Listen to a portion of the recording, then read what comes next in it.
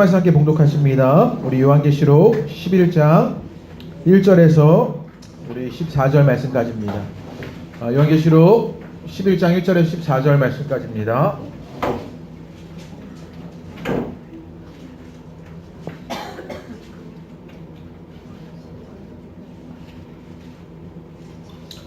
요한계시록 11장 1절에서 14절 말씀까지 우리 함께 한 절씩 교독하겠습니다. 또 내게 지팡이 같은 갈대를 주며 말하기를 일어나서 하나님의 성전과 제단과 그 안에서 경배하는 자들을 측량하되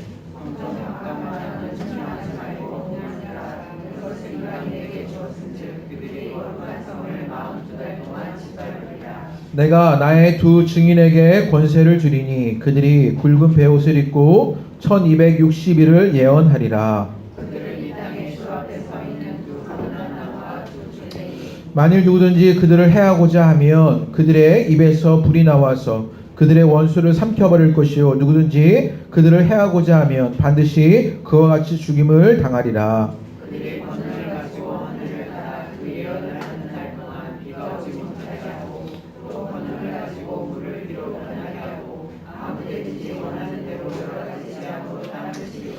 그들이 그 증언을 마칠 때에 무적행으로부터 올라오는 짐승이 그들과 더불어 전쟁을 일으켜 그들을 이기고 그들을 죽일 터인즉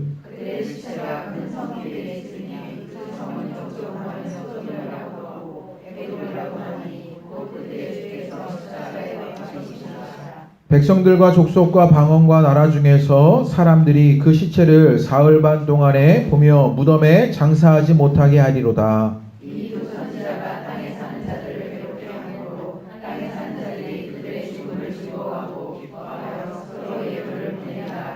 3일 반 후에 하나님께로부터 생기가 그들 속에 들어가매 그들이 발로 일어서니 구경하는 자들이 크게 두려워하더라.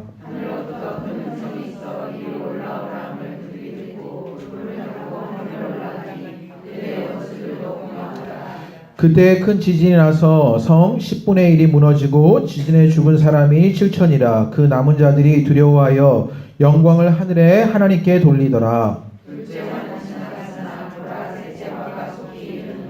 아멘. 네. 우리 계속해서 요한계시록의 말씀을 함께 나누고 있습니다. 우리 먼저 옆에 있는 분들하고 한번 인사하시죠. 반갑습니다. 또 축복합니다. 네, 그렇게 한번 인사하시죠. 네.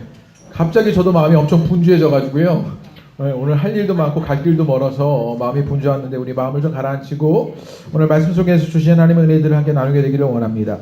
오늘 요한계시록 11장의 말씀은 지금 나팔의 심판에 관한 이야기 속에 4가지 심판이 먼저 있었고요. 또 2가지 심판에 관한 이야기를 하게 되었고, 그리고 10장과 11장의 삽입구절에 관한 이야기입니다. 10장의 삽입구절의 이야기를 지난주 말씀에 함께 나누게 되었고, 이제 11장의 두 번째 삽입구절에 관한 이야기를 하고 있는 것이 오늘 본문의 이야기입니다. 그리고 나면 마지막 오늘 15절에 보면요, 7째 천사가 나팔을 불매 하고 7번째 나팔을 부는 이야기가 등장하게 됩니다. 그렇게 요한계시록이 구성되어 있는 것들을 보게 됩니다. 그 중에 그 오늘 11장의 삽입구절의 두 번째 이야기를 여러분과 함께 나누려고 하는데, 이전에 책 가운데 팬이냐 제자이냐 이런 책이 있었습니다. 카일 아이들먼이라는 미국의 크리스천 교회 교육 목사님이 쓰신 책인데, 인생의 가장 중요한 질문이 무엇이냐? 당신은 예수님의 제자입니까? 이것이 인생의 가장 중요한 질문이라는 것입니다. 이분이 이 책을 쓰게 된 계기를 이 책의 머릿말에 써두게 되었는데요. 이분이 목요일날 혼자 덩그러니 예배당에 앉아서 그 주가 부활절이어서 부활절 설교를 생각하고 있었답니다. 부활절이 되면 3만 명이 넘는 인파가 이 교회에 몰려들게 되는데 어떤 말씀을 전해야 할지 막 골머리를 썩게 되는 것이죠. 충분히 이해가 됩니다. 제가 늘 겪고 있는 일이거든요. 그래서 골머리를 썩고 있는 것이죠. 특별히 절기 때에 교회를 찾는 사람들이 있잖아요. 크리스마스 때나 부활절 같은 때. 이런 사람들이 다시 교회에 와야 하는데 이런 사람들을 어떻게 다시 교회에 올 수 있게 하는 말씀을 전할 수 있을까? 어떻게 빅히트를 쳐서 온 동네에 소문이 나게 할까를 고민하고 있었답니다. 그리고 성경을 집어들어서 어디를 펼까 고민하다가 문득 어떤 생각이 들었냐면 예수님은 무엇을 가르치셨나? 이것을 생각하게 되었답니다. 궁금해져서 이것저것을 살펴보다가 보니 이 질문이 자신의 삶 전체를 훑어보는 계기가 되었는데 가만히 보니까 예수님은 오히려 대중들이 듣기 싫어하는 메시지를 전하셨다라는 거예요. 그러면서 그분이 생각났던 요한복음이 있었는데 요한복음 6장에 오병이어 기적의 이야기입니다. 오병이어의 기적에 보면 사람들이 예수님을 끊임없이 따르게 되지요. 찾아가게 되는 것입니다. 그리고 예수님께 몰려들게 됩니다. 집회가 계속되자 사람들은 배가 고팠습니다. 이들을 먹일 방법이 없었지요. 그때 소년이 도시락을 가지고 옵니다. 그리고 예수님은 이 소년의 도시락을 가지고 거기에 있는 모든 사람들을 먹이시는 일들을 하게 됩니다. 식사가 끝나자 사람들이 다시 예수님께 찾아들었던 것이지요. 다시 그 자리에 모였습니다. 열심을 가진 팬들이었습니다. 그리고 이튿날 잠에서 깬 사람들은 다시 줄임배를 움켜잡고 예수님을 찾았는데 그런데 예수님이요 어디에도 계시지 않은 것입니다. 그들은 또 기적을 원하면서 이제 아침이 되었으니 예수님께서 또 좋은 것을 주시지 않겠냐 여기며 예수님을 찾았지만 예수님이 이미 건너편으로 떠나신 일들을 보게 됩니다. 그들이 그러면서 질문하게 되는 것이지요. 그들이 수고를 마다하지 않는 것, 그렇게 예수님을 열심히 쫓아갔던 일들은 진정으로 예수님을 좋아해서나 예수님을 따르기 위해서가 아니라 그들의 굶주린 배를 채우기 위해서였고 그들에게 달콤한 이야기를 듣고 싶어서였다라는 것입니다. 그들이 원하는 것은 예수님이 아니라 예수님으로 덕을 보고 싶어 했던 것이라는 것이지요. 그래서 그들은 예수님의 제자가 아니라 팬이었다 이렇게 이야기하게 되는 것입니다. 그런데 예수님은요 그들을 붙잡지 않습니다. 요한복음 6장 66절에 보면 이렇게 써 있는데 그때부터 그의 제자 중에서 많은 사람이 떠나가고 다시 그와 함께 다니지 아니하더라. 다시 예수님과 다니지 아니하는 사람들을 보게 된 것이지요. 그렇게 열정적으로 따르던 사람들이 다 집으로 돌아가 버립니다. 예수님은 그들에게 돌아오라고 하지도 않으십니다. 추락하는 인기에 연연하지 않는 예수님의 모습을 보게 되는 것입니다. 그러면서 이렇게 이야기합니다. 예배당에 앉아서 수천 개의 빈 좌석을 둘러보다가 문득 깨달았다. 예수님이 보시는 것은 성도의 숫자가 아니라 헌신의 깊이였다. 이렇게 이야기하는 것을 보게 됩니다. 예수님은 우리에게 숫자를 원하시는 것이 아니라 헌신의 깊이를 원하셨다라고 그렇게 대답하고 있는 것을 보게 됩니다. 오늘 요한계시록의 말씀도요, 꼭 우리에게 이 질문을 하는 것과 마찬가지입니다. 너희는 정말 팬이냐 제자이냐 라고 묻고 있는 것과 마찬가지입니다. 예수님은 우리에게 숫자를 원하시는 것이 아니라 헌신의 깊이를 원하고 계시는 것이지요. 오늘 요한계시록의 말씀이 우리에게 헌신의 깊이를 원하시는 예수님을 다시 확인시켜 줍니다. 우리 지난주 말씀을 통하여서 지금 7인의 심판에 관한 이야기, 또 7나팔, 7대접에 대한 심판에 관한 이야기를 하면서 이게 구조가 어떻게 된다고요? 4가지가 나오고 2가지가 나오고 삽입구절이 있고 또 플러스 1 마지막 하나가 나오게 되는데 이제 7인의 심판에 관하여서 7장에 보면 요한계시록 7장에 삽입구절이 등장하게 됩니다. 여기 뭐가 나와요? 인침을 받은 몇 명이요? 14만 4천 명. 이게 하나님의 보호하심과 지켜주신 가운데 있는 믿음의 백성들을 말하게 되는 숫자입니다. 그들 가운데 하나님이 함께하여 주시고 보호하시는 주의 백성들이 있을 것이다 라고 말하게 됩니다. 그리고 또 종말론적인 여러 가지 현상들이 일어나게 됩니다. 어떤 재앙의 모습들이 있습니다. 그럴 때 다시 한번 10장의 말씀을 통하여서 그러면 그 하나님께서 보호하여 주시고 지켜주시는 그 그리스도인들을 통하여 그들이 이 땅에서 무엇해야 하느냐 그것을 이야기한 것이 10장의 말씀입니다. 그래서 10장에 뭐라고 말씀을 나누었습니까? 지난주에 하늘에서 내려오는데 라고 말합니다. 4장에 보면 이제 하늘로 올라가는 일들이 있지 않습니까? 사도 요한에게. 그래서 이 땅의 일이 전부가 아니라 하늘의 세계가 있다는 것을 우리에게 알려주게 되지요. 그리고 난 이후에 이제는 하나님께서 그 하늘의 세계에 머물 것이 아니라 어떻게 해야 돼요? 땅으로 다시 내려와야 하는 것입니다. 그리고 요한에게 사도 요한에게 어떻게 합니까? 작은 두루마리를 주면서 이제는 네가 이 땅 가운데 관찰자가 아니라 그 하나님의 역사에 참여하는 사람으로 너를 세우겠다라는 것을 알려주게 되는 것이지요. 그러면서 그 작은 두루마리를 어떻게 하라 그러냐면 먹어라 라고 말씀드립니다. 그런데 먹으면 어떻게 된다고요? 입에는 단데 배에는 씁니다. 이 땅에 쓴맛을 보게 되는 것이 믿음의 길을 가는 우리들의 삶이라는 것이지요. 그런데 무엇으로 버텨내느냐? 그 주님의 말씀을 먹으면 그 달콤함으로 그 쓴맛을 이겨내는 일들이 있는 것이 10장에서 우리 가운데 보여주는 말씀입니다. 그리고 이제 11장으로 넘어가게 되는 것입니다. 11장은 이제 그들에게 그러면 이 땅에 내려와서 주님의 달콤한 말씀을 맛보며 그 말씀을 증거하는 그들 가운데 어떤 일들이 일어나겠냐, 이것을 알려준 것이 11장의 말씀입니다.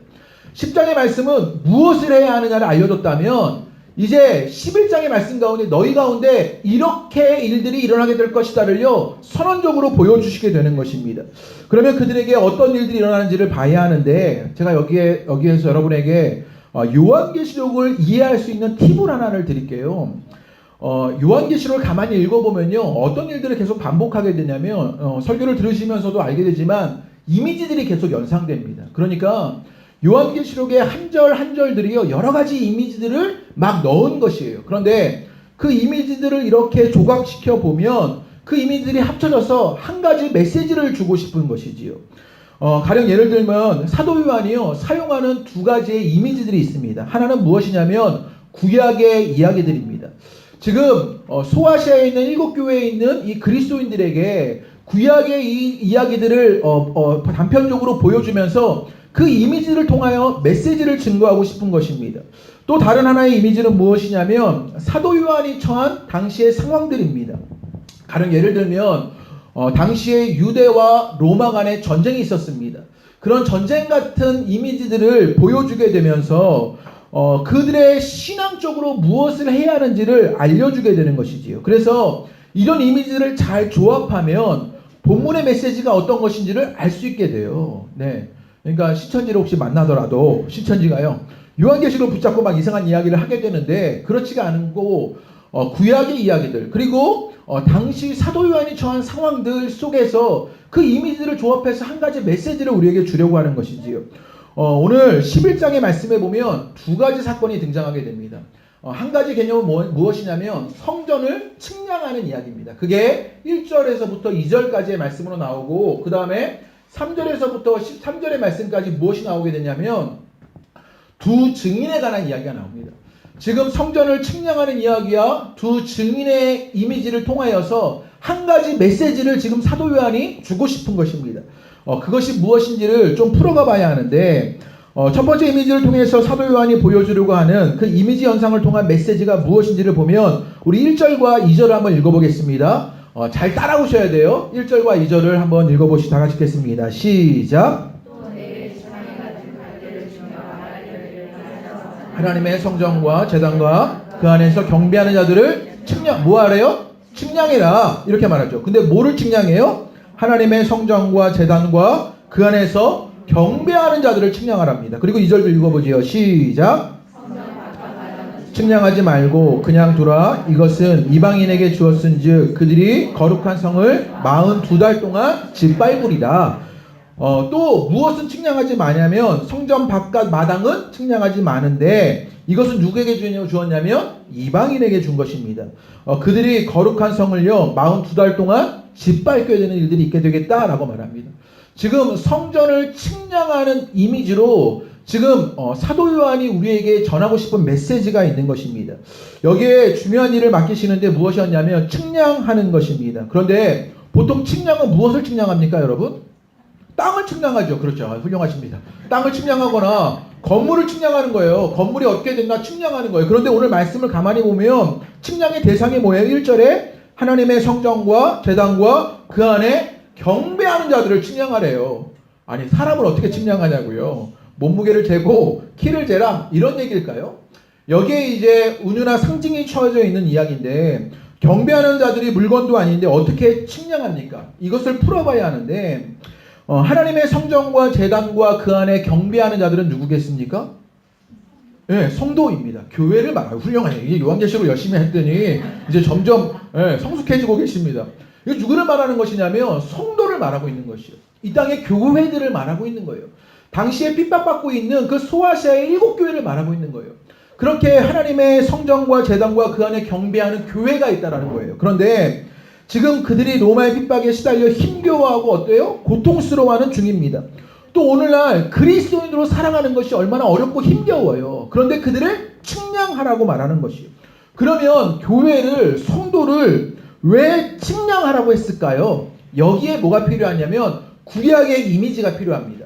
구약의 이야기를 적용시켜서 이것을 봐야 하는데 우리 에스겔서 40장을 한번 찾아보지요. 에스겔서 40장 3절에서 5절 말씀입니다. 우리 한번 찾아보겠습니다. 네, 에스겔서 40장 3절에서 5절 말씀입니다.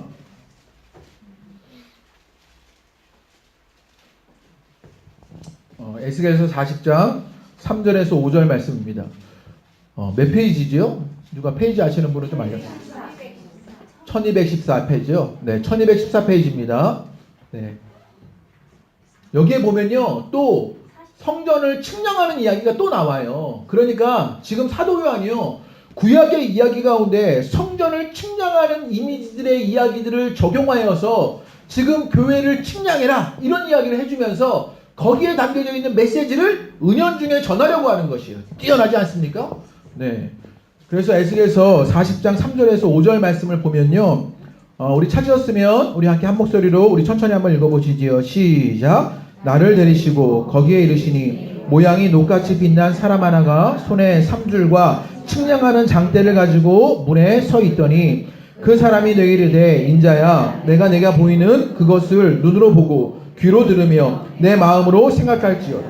내가 이것을 내게 보이려고 이리로 데려왔으니 너는 본 것을 다 이스라엘 족속에게 전할지어다 하더라. 내가 본즉 집 바깥 사방으로 담이 있더라. 그 사람의 손에 측량하는 장대를 잡았는데 그 길이가 팔꿈치에서 손가락에 이르고 한 손바닥 너비가 더한 자로서 6척이더라. 그 담을 측량하니 두께가 한 장이요 높이도 한 장이며. 여기서 지금 에스겔서에 보면요, 한 사람이 등장해서 측량 막대기를 가지고 성전을 측량하는 장면이 나오게 됩니다.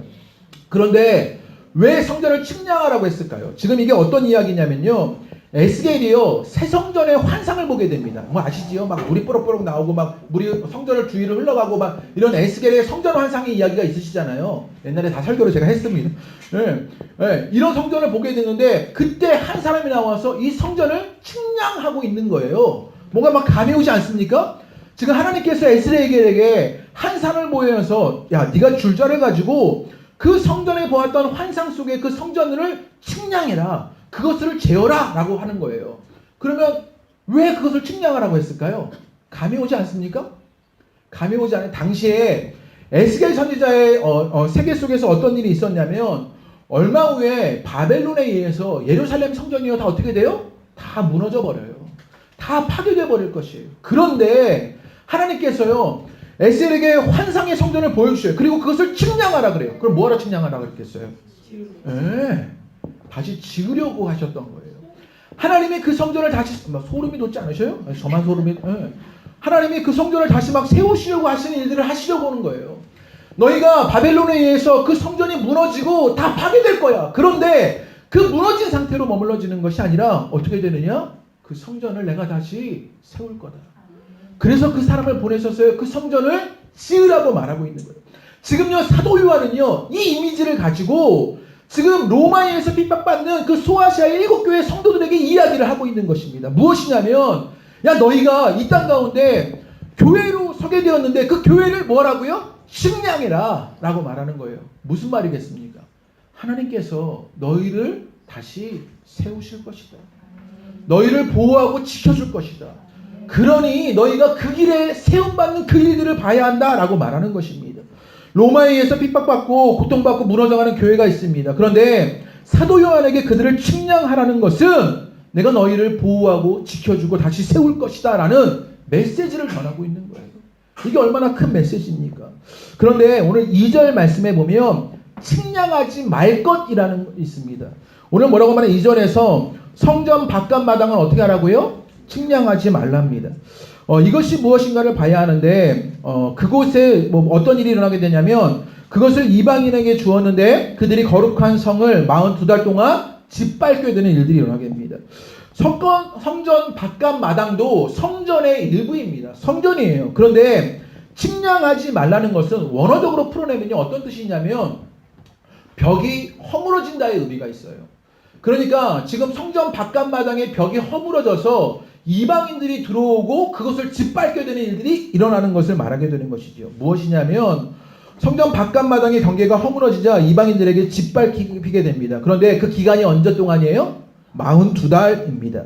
42달이라는 것은 아까 저희가 말씀드린 대로 당시 사도 요한이 처했던 상황들 속에 당시 유대와 로마의 전쟁이 있었습니다. 로마의 네로가 박해한 시간이 있었습니다. 또 로마에 의해서 예루살렘이 포위당해서 멸망당하는 시간이 있었는데 그게 몇 달이었을까요? 네? 42달이었습니다. 그때 예루살렘 교회는 요단 동편의 데가볼리, 여러분 기억나지 않으십니까? 우리 T 성경 공부하신 분들은 데가볼리가 기억나셔야 하는데 고개를 돌리고 계십니다. 그 데가볼리 주변으로 피해가서 예루살렘 교회가 살아남는 일들이 있었습니다. 그러니까 지금 어떤 일을 말하고 있는 것이냐면요, 사도 요한이 전하고 싶은 메시지가 있어요. 소아시아 7교회 성도들이 당하는 로마의 핍박과 고통이 있어요. 그게 성전 바깥마당의 벽이 허물어져서 이방인들이 짓밟는 것 같은 일들이 일어난다는 거예요. 그런 고난의 일들이 있어요. 성전의 경계가 허물어져서 고난의 시간이 있습니다. 그런데 그것은 42달 제한적인 시간이다. 그것은 유한한 시간이다 라고 말하는 것이에요. 그리고 그 시간들이 지나면 하나님이 그들을 보호하시고 지키실 것이다. 이 메시지를 전하고 싶은 거예요. 그러면서 오늘을 살아가는 우리에게도 이 메시지를 적용하라고 말하는 것이지요. 우리가 교회됨이 있습니다. 그리스도인이 됨이 있는 것이에요. 신앙의 길을 가는 것이요, 쉬운 일이 아니에요. 여러분 쉬우십니까? 네. 쉬우시면요, 내가 신앙의 길을 잘 가고 있는지를 고민해 보셔야 돼요. 네. 신앙의 길을 가는 것이 어렵고 수많은 유혹과 싸움이 있는 것이 이 땅에서의 일입니다. 그런데 그 그리스도인을 하나님이 뭐 하셔요? 측량하신다고요. 그 교회를 측량하십니다. 때로 고난으로, 때로는 핍박으로, 때로는 문제로 무너져버린 우리의 성전을요, 주님이 다시 세우기 위해서 측량하고 계시는 것이지요. 그러면서 우리는 이 땅에서 당하는 고난이 있어요. 피할 수 없는 어려움들이 있어요. 그러나 주님께서 다시 우리를 측량하셔서 뭐 하신다는 거예요? 그것으로 멸망당하지 않는다의 메시지를 전하고 있는 거예요. 이 땅에 너희가 믿음의 길을 가는 동안 정말 어려움이 있을 것이다. 사역을 하는 동안 이방인으로 짓밟히게 되는 그런 힘든 일들이 있을 것이다. 그러나 내가 너희를 측량했다? 그러면서 내가 너를 보호하고 지켜줄 것이고 세워줄 것이다. 그 고난과 핍박이 너희를 무너뜨리지 못한다. 이 메시지를 전하고 있는 것입니다. 그 주님의 음성을 듣는 여러분 되시기를 주님의 이름으로 축복합니다. 주님이 여러분을 측량하셨습니다. 그래서 여러분을 세우러 가시려고, 여러분을 다시 일으키시려고, 여러분을 지키고 보호하시려고 그 일을 하시는 그 주님의 일들을 깨닫게 되는 여러분 되시기를 주님의 이름으로 축복합니다. 또 등장하는 다른 한 이미지가 있는데 이번에는 무엇이냐면 성전을 측량하는 것이 첫 번째고요. 두 번째는 두 증인의 이야기입니다. 이제 3절 말씀부터 보면 두 증인의 이야기가 등장합니다. 우리 3절을 한번 읽어보겠습니다. 시작. 그들이 굵은 베옷을 입고 1260일을 예언하리라. 우리 4절까지 한번 읽어보죠. 시작. 네, 여기서 두 증인이 있습니다. 이제 우리 요한계시록 열심히 들었던 여러분들은 이 두 증인이 누군지 대강 감이 오시죠. 이게 누굴까요? 네? 두 증인은 누굴까요? 네? 네. 네. 이 증인, 이 대상이 있을 거예요. 누구에게 말하는 걸까요? 지금 소아시아 7교회에게 말한 교회를 말하고 있는 거예요. 이 땅의 그리스도인들을 말하고 있는 거예요. 그 증인이라는 것은 이 땅의 교회를 상징하는 것이고, 하필이면 한 증인이 아니라, 그래서 여러분이 헷갈리신 건데 두 증인이라고 말했어요. 왜 두 증인이 되었을까요? 예, 여기에 보면 이 2라는 숫자가 가지고 있는 상징성이 있는데요. 이 2라는 숫자는 성경에서 진실성을 입증하는 최소단이랍니다. 그러니까 여러분 무슨 말인지 아시겠어요? 가령 어떤 사람이요, 무엇인가 증인이 됐어요. 그런데 한 사람만 이야기하면 그 말에 신빙성이 있어요? 없어요? 없죠? 그러니까 한 사람이 더 그것을 이야기해야 분명하게 그것이 사실인 것을 알 수 있게 되잖아요. 그래서 한 사람이라고 말하지 않고 두 증인이라고 말하게 된 것이에요. 그래서 그것을 확실하게 이야기할 수 있는 최소 단위를 말하고 있는 것입니다. 그러면서 그 두 증인이 무엇을 입었어요? 무엇을 입었어요? 굵은 베옷을 입었어요. 언제 굵은 베옷을 입어요? 애통하며 회개할 때 굵은 베옷을 입습니다. 통회하며 하나님께 기도하는 모습들을 말하고 있는 거예요. 지금 두 증인이요, 애통해하면서 막 그 통해하는 마음으로 하나님께 기도하고 있습니다. 그럴 때 어떤 일들이 일어나게 되냐면 무엇을 해요? 이 사람들이요? 예언을 하는 것입니다. 뭐 하냐면 말씀을 전하는 거죠. 여러분, 교회가 이 땅에서 무엇 하는지를 보면 아시잖아요. 교회는 무엇 하는 곳이냐? 이 땅에서요, 하나님께 기도하며 뭐 하는 곳이에요? 말씀 가운데 있는 것이 교회입니다. 지금 그런 이야기를 하고 있는 거예요. 그 하나님의 일들을 감당하게 되었을 때 이게 며칠이에요 또? 네, 1260일을 예언했대요. 1260일 빨리 계산해 보세요. 이것을 30으로 나누면 한 달을 30으로 잡고 나누면 몇이 나와요? 네, 몇이 나와요? 42, 42달이 나오게 되는 거예요. 네, 지금 앞에서 한 이야기와 똑같은 이야기를 숫자만 바꿔 한 거예요. 그러니까 1260일이라는 것은 나누면요 어떻게 돼요? 30으로 나누면 42달이 되는 것입니다. 지금 42달 동안 일어난 일들을 이야기하는 것이에요. 그리고 이 두 증인을 4절에서는 뭐라고 말했어요? 두 감람나무와 두 촛대다 이런 얘기를 하는 것이지요. 이것은 스가랴 4장의 말씀을 배경으로 하는 이야기인데 여기서 감람류를 통해서요 촛대가 불을 밝히는 이야기를 하고 있는 것입니다. 옛날에는요 우리는 전기가 탁 켜면 불이 탁 들어오지만 옛날에 촛대 등잔에 불을 밝히려면 뭐가 있어야 돼요? 기름이 있어야 하잖아요. 감람나무와 지금 촛대에 불을 밝히는 것 이쯤 되면 요한계시록의 상징을 아는 여러분들은 대강 감이 오시죠. 이 기름은 무엇을 상징하고 있을까요? 이거 훌륭하십니다. 성령님을 상징하고 있는 거예요. 그런데 불을 밝혀서 무엇이 나타나요? 빛이 나가고 있는 거예요. 성령의 역사로 말미암아 주의 말씀의 빛을 세상에 비치고 있는 지금 두 증인 교회를 말하고 있는 것이죠. 기가 막힌 이야기지 않습니까? 지금 그런 이미지와 연상들을요 계속 사도 요한이 이 요한계시록의 편지를 받고 있는 사람들에게 지금 보여주고 있는 것입니다. 그리고 스가랴의 배경 속에서요 이 두 사람이 등장하게 되는데 그게 누구냐면 대제사장 여호수아와 유대 왕으로 성전을 재건했던 스룹바벨입니다.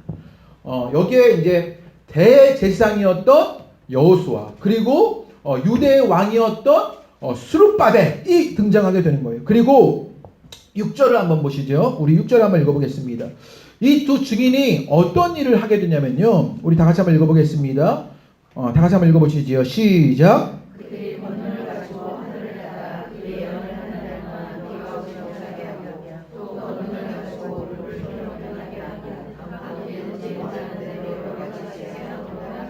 지금 이 두 증인들이요 이 땅에 지금 놀라운 일들을 행하고 있는 것들을 바라보게 돼요. 그들이 예언하는 날 동안 비가 오지 못하게 하고 또 권능을 가지고 물을 피로 변하게 하고 지금 이런 일을 한 구약의 선지자가 있었죠. 누구일까요? 네, 모세와 엘리야를 말하고 있는 것입니다.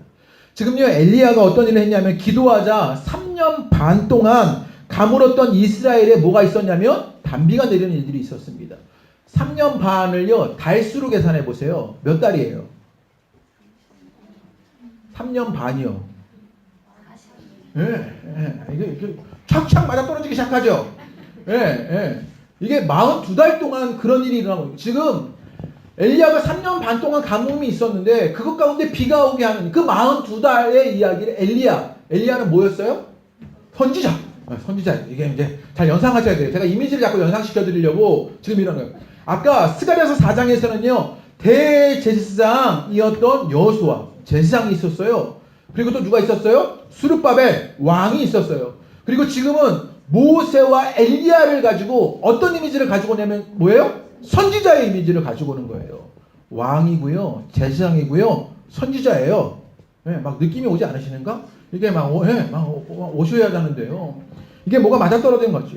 또 모세가 나일강을 피로 문드는 기적을 행하게 되지요. 당시에 모세가 어떤 선지자적 기능을 하고 있는 것을 말합니다. 여기에 수많은 메시지가 담겨지게 되는데 이것을 조금 풀어보면 이렇습니다. 교회가 굵은 베옷을 입고 있습니다. 애통하며 통회하며 기도하고 있는 것이지요. 그리고 촛대의 역할을 하게 되는 것이죠. 성령으로 말미암아 그 촛대에 불을 밝힙니다. 말씀을 증거하게 될 때 성령님의 역사로 세상을 비추게 됩니다. 그러면서 두 증인들 제사장 여호수아 왕의 스룹바벨 그리고 선지자 엘리야 제사장 왕 선지자로 교회에 나타나는 분이 계셔요. 누구예요? 예수님. 네. 지금요 그 두 증인을 통해서 나타나는 분이 계십니다. 누구예요? 예수님이 보여주고 계시는 것이지요. 그런데 7절에 이 두 증인들이요 어떤 사역들을 하게 되느냐, 권능을 가지고 사역하는데요. 이들 가운데 어떤 일들이 일어나는지 우리 7절과 8절 말씀, 이들이요 권능을 가지고 사역을 합니다. 그런데 어떤 일들이 일어나느냐, 우리 7절과 8절 말씀을 읽어보겠습니다. 시작.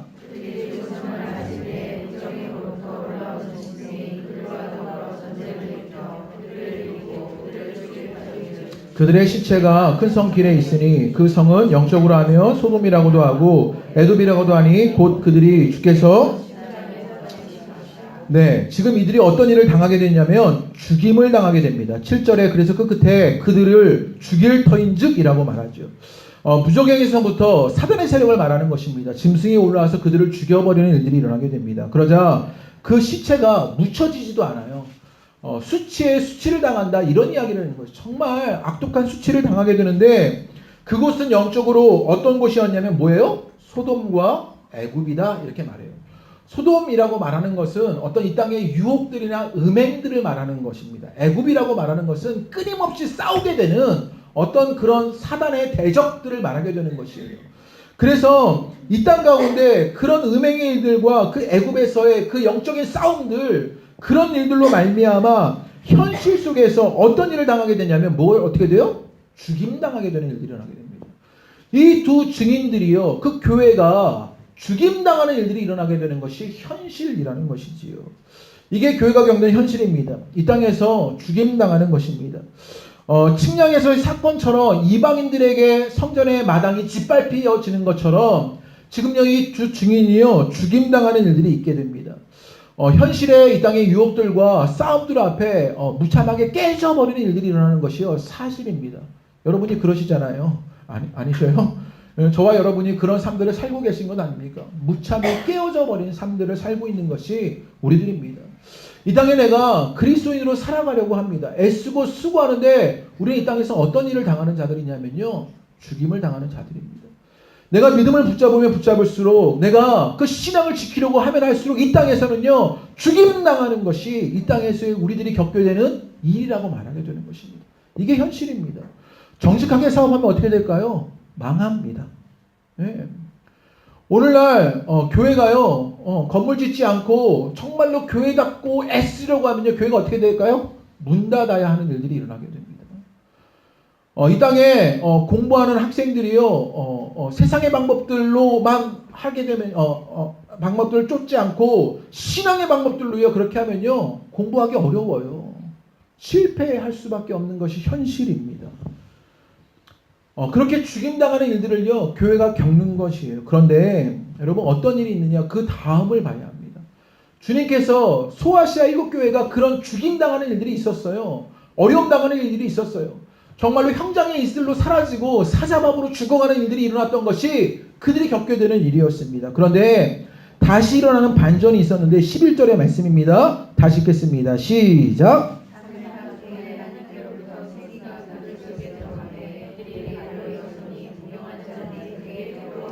아멘. 이건 정말 아멘해야 하는 구절입니다. 뭐라고 말하냐면 제가 다시 한번 읽어드리지요.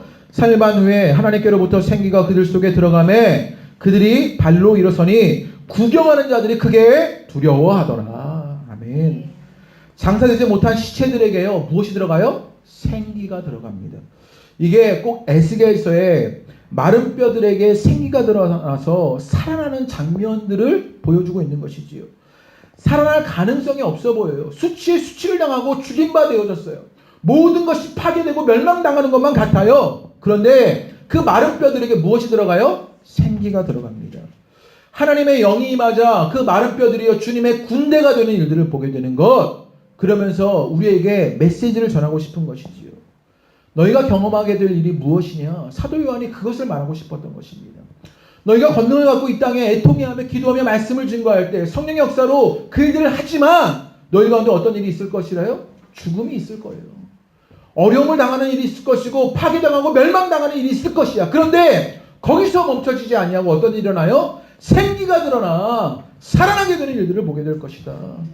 많은 자들이 그것을 보고 두려워하게 될 거다. 우리에게 이렇게 말하고 있는 것입니다. 이 주님의 음성을 듣는 여러분 되시기를 주님의 이름으로 축복합니다. 교회와 그리스도인은 이 땅에서 무엇하느냐? 애통해하며 기도하면서 세상의 빛된 말씀을 증거합니다. 그 삶들을 살아갑니다. 그런데 세상에서 고난이, 고통이, 핍박이 우리들을 어떻게 해요? 죽여간다고요. 이게 현실입니다. 예수님 잘 믿으면 점점 더 어려워지실 거예요. 네, 힘겨워지실 거예요. 이게 사실입니다. 그런데 어떤 일들이 일어나느냐? 생기가 들어가는 일들이 있을 거라고요. 다시 소생할 가능성이 없어 보여서 정말 죽을 것 같은데 어떤 일이 일어나느냐? 살아나게 하시는 주님의 역사가 있을 것이라고요. 그것을 믿는 여러분 되시기를 주님의 이름으로 축복합니다. 오늘의 말씀의 이미지를 그리고 그 과정들을 가만히 생각해 보면 떠오르는 분이 한 분 계십니다. 누굽니까? 예수님입니다. 예수님도 이 땅에서 권능을 가지고 애통해하며 기도하시고 말씀을 증거 이 땅에 빛으로 오셨습니다. 그런데 그분이 어떻게 되셨습니까? 십자가로 죽으셨습니다. 그 이후에 그분이 어떻게 되셨습니까? 십자가에서 머물러진 것이 아니라 부활로 살아있음을, 소망을 우리 가운데 보여주신 일들을 바라보게 됩니다. 이 땅에서 성령의 역사를 일으키고 말씀을 일으키고 권능으로 사역하시다가 죽임을 당합니다. 그런데 그 죽음이 끝이 아니라 그 죽음이 무엇을 일으키게 됩니까? 부활을 일으키게 되었다는 것이지요. 여러분 가운데 이것이 깨달아지게 되기를 주님의 이름으로 축복합니다. 그러면 사도 요한이 왜 우리에게 이 메시지를 증거했겠냐고요. 이 11장에 제가 여러 번 말씀드렸죠. 4+2+4 삽입 구절이 제일 중요한 구절이어서 내가 지금 무엇 말하려고 하냐면 말하면 삽입을 말하고 있는 것입니다. 너희가 현실로 당하는 고통이 있어. 어려움이 있어. 지금 소아시아에 있는 7교회가요. 로마에 의해서 죽어가고 있는 것입니다. 내가 예수를 믿는데 왜 이렇게 힘겨워하나? 신앙을 포기하고만 싶은 거예요. 회의감이 드는 것입니다. 그런데 사도 요한이요. 지금 10장과 11장의 메시지를 증거하고 있는 거예요. 너희가 그때 무엇 해야 하느냐를 알려주게 되면서 너희 가운데 어떤 일이 있을 것이냐? 너희가 이 땅에서 권능을 가지고 살아가지만 죽임을 당할 거야. 그러나 거기에서 머물지 아니하고 어떻게 된다고요? 생기가 들어가 살아나게 될 것이다. 그것을 보여주고 있는 것입니다. 이것을 보여주면서 너희들에게 무엇을 요구하고 있는 것이냐? 그러니 주님을 숫자로 따라가는 것이 아니라 헌신의 깊이로 따라가야 한다라고 말하고 있는 것입니다. 정말로 예수님을 믿느냐? 정말 주님께 순종하는 자들이냐? 정말 예수님의 제자이냐? 그러면 그것을 믿고 헌신의 깊이로 나아가야 한다라고 말하고 있는 것이에요. 이것이 들려지는 여러분 되시기를 주님의 이름으로 축복합니다. 우리는 이 땅에서 겪게 되는 어려움들이 있습니다. 그런데 주님께서 우리에게 말씀하시는 것이 무엇이냐? 주님 앞에 충성으로 나아가라. 그러면 이 땅에서 주님의 일들이 재현될 것이다. 죽임을 당했는데 부활할 것이다. 십자가를 졌는데 살아날 것이다. 그 하나님의 일들을 우리에게 보여주시는 것입니다. 무엇을 따라가고 계셨습니까? 또 무엇을 재현하려고 하십니까? 여러분은 팬입니까? 제자입니까? 그 예수님의 길을 따라가라고, 그 길에 충성되이 서라고 우리에게 말씀하시는 것입니다. 그 길에 서 계시는 여러분 되시기를 주님의 이름으로 축복합니다. 우리 함께 찬양하시지요. 우리 내 마음의 주를 향한 사랑이 함께 찬양하십니다.